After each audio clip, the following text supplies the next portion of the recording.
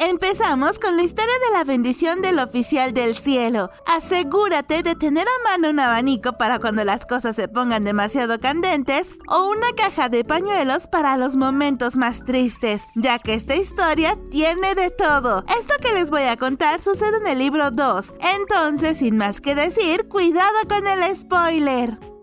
Hace 800 años, Xie Lian era el heredero al trono del próspero reino de Xianle. Era inteligente, amable, guapo y muy amado por todos, y por alguna razón, a muy temprana edad, rogó y suplicó de todas las maneras posibles a sus padres para que le permitieran dejar el palacio e ir a entrenarse en el sagrado pabellón real, en donde en solo unos años se convirtió en el mejor discípulo de entre los 3000 muchachos que entrenaban ahí. Aunque al inicio de su entrenamiento en la montaña, todos desconfiaban de él solo por ser el príncipe heredero y criticaban su presencia allí, pero Xie Lian no hizo o dijo algo para defenderse. Solo se enfocó en su entrenamiento y poco a poco se ganó el respeto y admiración de los discípulos que entrenaban junto a él, por lo que su vida parecía ser buena hasta que toda su buena suerte se esfumó por completo, debido tal vez a una buena acción que lo maldijo eternamente a él y a todo su pueblo.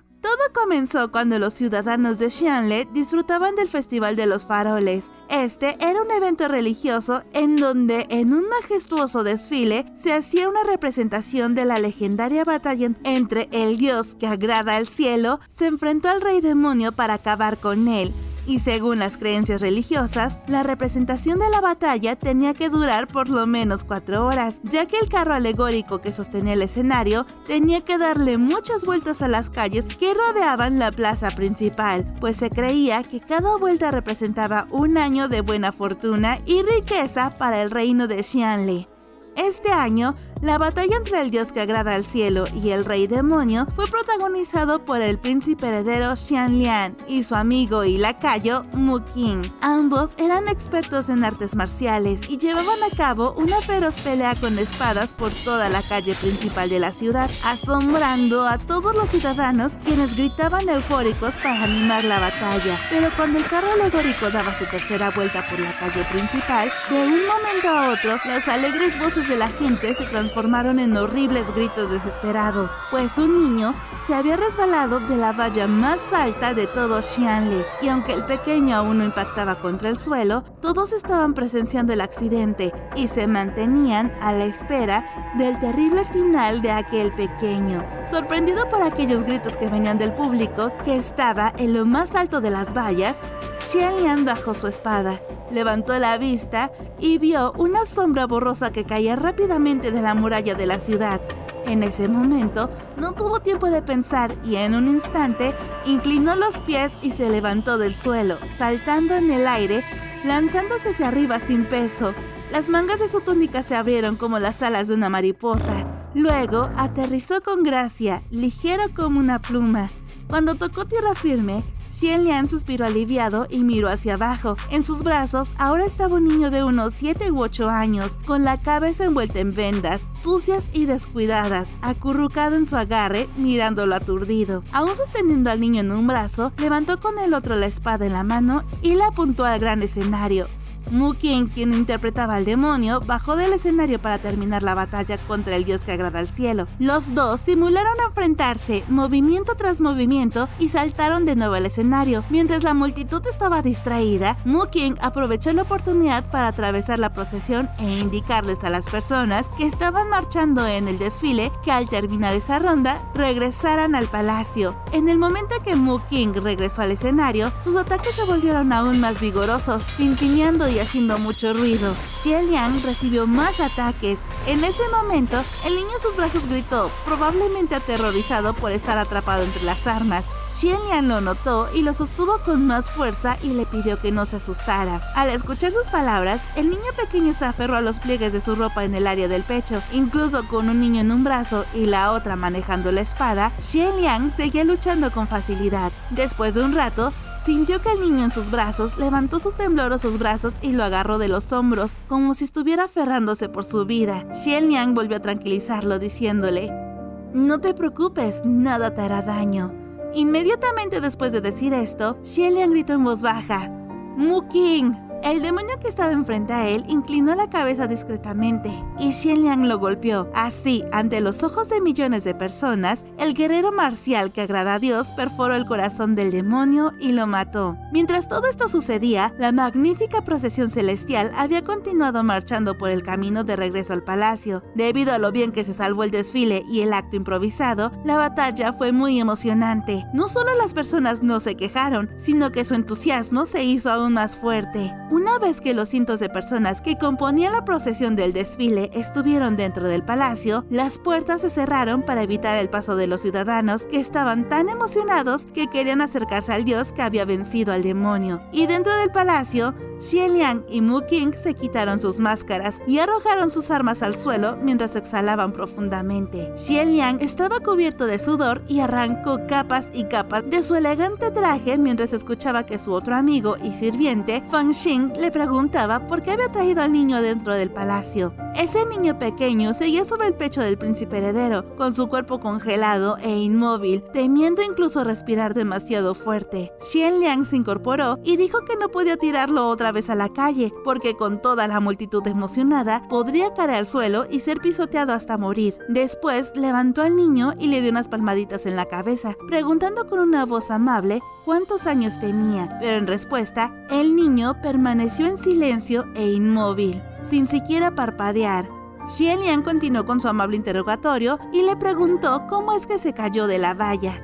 La razón por la que el pequeño se cayó fue en realidad algo planeado. Bueno, más o menos. Resulta que él había nacido con un destino complicado y según los primeros eventos que sucederían después de su nacimiento, podría vivir una vida llena de buena fortuna o de desgracias. Para este pequeño ocurrió lo segundo, y todos los días sufrió el acoso de cualquiera que se encontraba en su camino, y una vez que había sido golpeado por un grupo de personas sin ninguna razón aparente, decidió terminar con su vida. Pero como sabía que el desfile del día de hoy debía llevarse a cabo según lo planeado, o de lo contrario causaría grandes desgracias al reino de Xianle, decidió arrojarse desde la valla más alta para que con su muerte se arruinara todo el reino. Pero cuando llegó al punto más alto, desde donde se podía ver la batalla entre el dios y el demonio, quedó impactado por la elegancia y belleza del príncipe heredero y olvidando su deseo de terminar con su vida, se acercó demasiado a la valla para ver mejor. Cuando llegó a la orilla de la valla, absorto en la batalla, fue empujado por la multitud emocionada y se cayó. Obviamente que esto no se lo dijo a Xianliang cuando le preguntó por qué se había caído. Él solo se quedó callado todo el tiempo. Xianliang le dio una nueva palmadita en la cabeza de ese pequeño,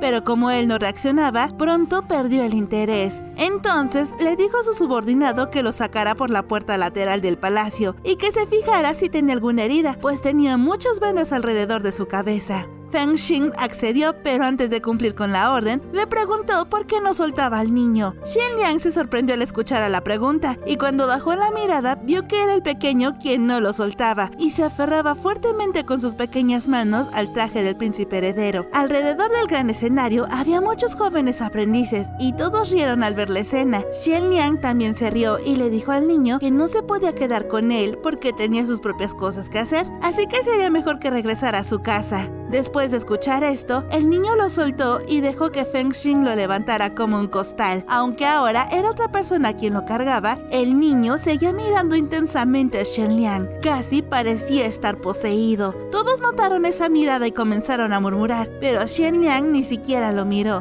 y solo habló con Feng Xin señalando que no tratara al niño como si fuera basura, porque lo podría asustar. Feng Xin bajó al niño al suelo y alguien dijo que el sacerdote principal estaba furioso, por lo que era mejor pensar en cómo lo podrían calmar. Inmediatamente después todos dejaron de reír y el ambiente se puso tenso. Una hora más tarde, en el sagrado pabellón real, en la cumbre de la deidad marcial, dentro del gran salón marcial, Xianliang, Feng Xin y Mu-King estaban arrodillados frente al sacerdote principal y los sacerdotes principales adjuntos, quienes lucían muy molestos, porque el festival de los faroles terminó muy rápido, pues la procesión tan solo había dado 3 10 vueltas. Lo peor de todo eso era que la máscara dorada que cubría el rostro de Shenliang se había caído, exponiendo su rostro a todo el pueblo. Desde la antigüedad, la gente de Xianle había creído que la energía espiritual de una persona residía en los 5 rasgos faciales. El espíritu de una persona estaba en su rostro y lo mejor debía ser ofrecido a los cielos. Así, en medio de una ceremonia, el dios marcial debe usar una máscara dorada para ocultar sus rasgos, porque su rostro solo podía ser apreciado por los dioses y los mortales no tienen derecho a verlo. El sacerdote principal estaba a la vez furioso y decepcionado, y mientras regañaba a su discípulo, nadie se atrevió a hablar en el gran salón. Sin embargo, Shenliang pareció estar tranquilo y respondió con calma que si nadie rescataba al niño, su muerte pondría fin a la procesión y mancharía de sangre el festival, así que rescatarlo y permitir que el evento terminara decentemente fue lo mejor. Todos los presentes sabían que Shenliang tenía razón, pero el sacerdote principal seguía muy molesto, sobre todo por la actitud nada arrepentida del príncipe heredero. Después de una larga discusión, el sacerdote principal lo envió de regreso al pabellón de entrenamiento, junto con sus 2 subordinados, no sin antes mencionarle que los reyes estaban preocupados por él y quería que los visitara, así que le dio permiso para que bajara de la montaña en donde vivía y entrenaba artes marciales para que visitara a sus padres en el palacio. Cuando llegaron al pie de la montaña, Qirong, el primo del príncipe heredero, lo estaba esperando, arriba de un lujoso carruaje dorado para llevarlo desde la montaña al palacio. Shenliang se sorprendió al verlo ahí y le preguntó por qué tenía tanto tiempo libre y si estaba asistiendo a sus clases y entrenamientos. Qirong, fastidiado, le dijo que eso no le importaba ahora y le presumió el carruaje que la reina le había regalado recientemente. Shenliang no dijo nada y se subió al carruaje tranquilamente, aunque de inmediato se arrepintió de haberlo hecho. Qirong conducía como un loco. El látigo en su mano azotaba sin parar, gritaba quién sabe qué cosas, las ruedas giraban frenéticamente, golpeaban las calles y se negaba a detenerse por mucho que Shenliang gritara para que parara. Casi chocaron contra un sinnúmero de peatones y puestos, y gracias a Dios que Feng Xin y Mu Qing estaban sentados en el frente, pudieron tomar las riendas para desviar el caballo. De lo contrario, este viaje de locos hubiera llevado al menos la vida de 20 personas. Cuando llegaron al palacio, Qirong les proporcionó unos cuantos latigazos a Feng Xin y Mu Qing por quitarle las riendas del caballo, y Shenliang le gritó que le pediría a la reina que le quitara el carruaje. La reina estaba feliz de ver el rostro de su hijo después de 2 meses completos de no haberlo visto. Así, madre e hijo conversaron un rato, y la reina le preguntó sobre el incidente durante la procesión celestial, sonando bastante preocupada y temerosa de que los sacerdotes quisieran castigarlo. Antes de que Shenliang tuviera tiempo de responder, Qirong interrumpió gritando que ese incidente no había sido culpa de su primo, pues él no fue quien se cayó del muro, y si alguien debía ser castigado, entonces debería ser ese pequeño demonio, refiriéndose al niño que Shenliang había salvado. Al escucharlo, la reina se echó a reír. Esa noche, después de haber visto a sus padres y ponerse al día, e impedir que Qirong golpeara a Mu Qing por destacar al interpretar al rey demonio en el Festival de los Faroles, Shenliang se levantó para abandonar el palacio. Todos sabían que el príncipe heredero estaba profundamente obsesionado con la cultivación, y desde que ingresó al sagrado pabellón real, visitaba a sus padres cada vez menos. El rey no dijo mucho al respecto, pero la reina siempre estuvo renuente a verlo ir. Después de salir del palacio, Shenliang dio un paseo por la capital real y acompañó a Mu Qing para visitar su casa en el pueblo. La zona en donde estaba el palacio y las residencias de los millonarios habitantes de Xianle solo estaba separada por una calle de los barrios pobres del reino. La casa de Mu Qing estaba situada en un callejón oscuro de la zona más bulliciosa de la capital real. Cuando los 3 entraron en el callejón, de inmediato se vieron rodeados por algunos niños que extendieron sus sucias manitas hacia Mu Qing pidiéndole algo de comer. Él los conocía a todos, así que buscó en sus bolsillos unas cerezas que había cortado en la montaña y se las dio. Mientras esto sucedía, se escuchó un gran ruido galopante proveniente de las calles principales, caballos relinchando y los gritos de la gente. Shenliang salió corriendo del callejón. Todo alrededor de la calle principal era caos. Los puestos se derrumbaron y la gente en el suelo. Los peatones corrían para escapar. Este caos era ocasionado por Qirong, quien volvió a conducir salvajemente su carro nuevo. Xianliang mandó a Feng Xin a detener el carruaje, y en cuanto se dio cuenta, se percató que en la parte trasera del carro estaba arrastrando un costal en donde parecía que había una persona luchando por salir de ahí. Xianliang se apresuró para alcanzar el carruaje y cortar la cuerda que sujetaba el costal. Cuando logró hacerlo, él mismo se agachó para inspeccionarlo. Ese saco de yute había sido arrastrado por quién sabe cuánto tiempo y estaba rasgado por todo el costado. Estaba extremadamente sucio, cubierto de sangre, pareciendo una bolsa de cadáveres. Con un golpe de su rompió la cuerda atada que estaba atada en un extremo del costal, manteniéndolo cerrado. Pero cuando lo abrió y miró adentro, se dio cuenta que sí había alguien ahí adentro, y era el pequeño que Xianliang rescató en el desfile de los faroles. Aquel niño había sido golpeado fuertemente, pero afortunadamente seguía con vida. El príncipe tomó al niño entre sus brazos y luego le gritó a Feng Xin que arrestara a Qirong. Mientras tanto, Xianliang trató de hacer que el niño se dejara revisar sus heridas, pero el pequeño se negó a bajar los brazos que protegían su cara ensangrentada. Después de unos minutos, Xianliang pudo ver uno de los ojos negros del niño y se dio cuenta que su mirada estaba llena de pánico, pero parecía que no le daba tanto miedo que alguien lo fuera a golpear otra vez, pero sí le daba terror que alguien descubriera algo sobre él. Qirong dijo que había hecho eso para vengarse del niño que había arruinado la actuación de su primo en el festival del día anterior. En ese momento, Xianliang de repente sintió un tirón en su cuello. Estaba justo en lo más alto de su furia y se sobresaltó. Miró hacia abajo y vio que el pequeño niño que tenía en sus brazos enterró su cara en su pecho y había puesto sus dos manos alrededor del cuello de Xianliang, sujetándolo como si se estuviera aferrando a un salvavidas. Xianliang lo sintió temblar incontrolablemente y pensó que estaba sufriendo demasiado. Ese pequeño estaba cubierto de lodo, polvo y sangre, sucio y descuidado, y todo eso estaba manchando la túnica blanca de Xianliang. Pero a este no le importaba en absoluto. Le dio una suave palmadita en la espalda al niño para consolarlo y le dijo en voz baja que lo llevaría con los médicos del palacio. Ese niño no respondió, pero abrazó a Xianliang aún más fuerte. Qirong estaba enfurecido y levantó el látigo para azotar la parte posterior de la cabeza de ese niño. Feng Xin estaba de pie a un lado y en una fracción de segundo, su pierna salió volando y pateó a Qirong directamente en el brazo. Hubo un gran crack y Qirong gritó. El látigo cayó al suelo y su brazo derecho cayó débilmente en un ángulo anormal. Feng Xin se movió demasiado rápido sin pensar. Xianliang no tuvo la oportunidad de detenerlo porque estaba ocupado con el niño herido. Como guardia personal, haber transgredido y romper accidentalmente el brazo de la realeza era completamente imperdonable, por lo que este asunto ya se estaba volviendo aún más complicado. Xianliang tampoco tenía tiempo para pensar. Su ropa se empapaba de sangre y si se tardaban más, el niño podría morir allí mismo. Entonces, el príncipe gritó a la muchedumbre que los observaba que si alguien había resultado perjudicado por ese incidente, que lo registraran y él se ocuparía de eso después.